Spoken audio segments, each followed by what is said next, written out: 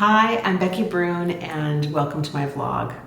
I love 2D animation. For years I have been drawn to it and have wanted to do something with it. I think about 10 years ago maybe I bought an animation program and tried to use it.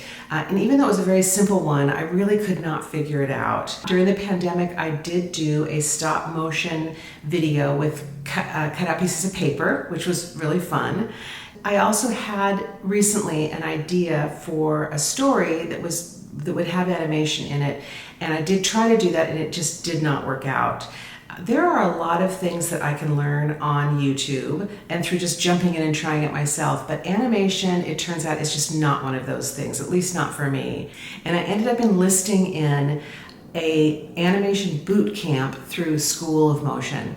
They warn you as you are registering for boot camp that is hard, and they suggest allocating 15 to 20 hours per week to boot camp.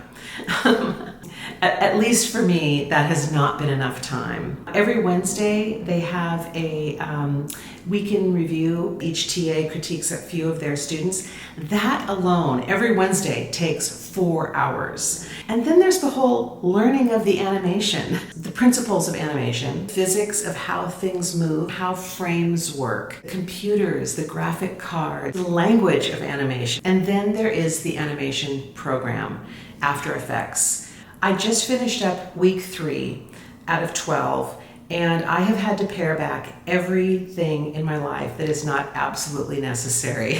I really probably should be working on my project right now, but I thought it would be fun to take a few minutes and just show you some of the stuff that we have been doing in class. This assignment was waiting for us when we got there. Basically what they said was, here's the logo, make it interesting with whatever skills you have. I have a tendency to add little characters or interactions between elements or objects in my animation. So there's a little O kicking out the other letters. But what I learned is that adds more work for me, and the edits are then more difficult because you've kind of messed things up. It's kind of like on the Great British Bake Off.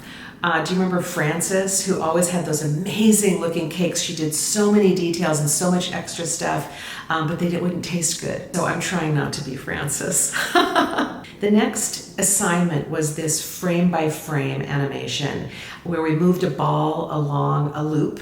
But what it has that's a little bit different from what I've done before is this squash and stretch technique where when the ball is moving quickly, it sort of stretches. And that's a Disney style, Disney era technique for making things look like they're moving fast and then slow. Next, they had this little story for us to animate. And this is where I got into Frances territory again. They did like it, but we were really supposed to be learning easing, which is when something moves along the screen, rather than having it moving at a steady pace and linearly, things move a little faster and then sort of ease in. Things don't move from here to here. They go and then slow in. And in my last edit, the TA asked me to make the pencil larger. It does look pretty small. This is a paper airplane that is following a curve that we have created, and it's supposed to go faster as it comes downhill and then slow down as it hits resistance heading back up. And then this double exercise that we just got done doing last week is about anticipation and overshooting. I really did not want to shoot these cows, but it would have required a bunch of other alterations to make it so I didn't have to shoot them, so the cows had to die. And that is what I have been doing. I'm hoping next month I will have had enough free time, enough breathing room. Nick and I followed up our bagel tour with a tour of teriyaki places, and we had a great time, and that video is coming. Meanwhile, and until then, enjoy the sunshine if you've got it, and I'll see you next time. Bye.